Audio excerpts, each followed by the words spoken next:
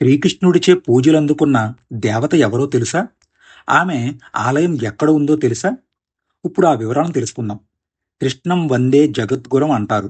అంటే ఈ విశ్వానికి శ్రీకృష్ణుడు గురువు వంటివాడు అని.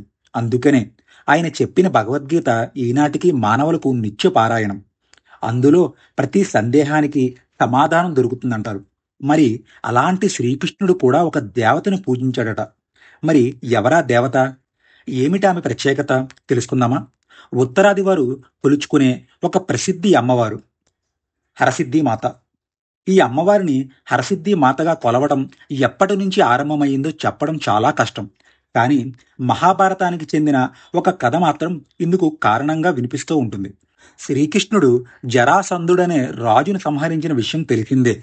జరాసంధుని సైన్యం మీదకు యుద్ధానికి వెళ్లే ముందు ఆయన జగజ్జననిని విజయం కోసం ప్రార్థించారట.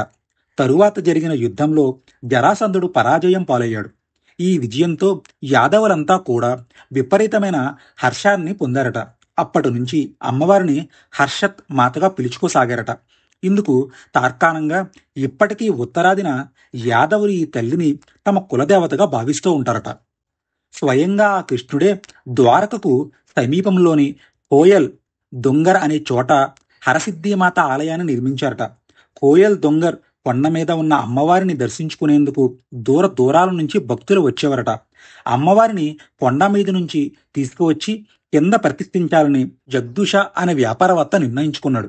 జగదూష ప్రార్థనలను మన్నించిన అమ్మవారు కూడా తాను కింద నిర్మించే ఆలయంలో ఉండేందుకు అభయాన్ని ఒసగారు. అలా 13వ శతాబ్దంలో జగదూష నిర్మించిన ఆలయంలో ఇప్పటికీ ప్రముఖ పుణ్యక్షేత్రంగా నిలుస్తుంది.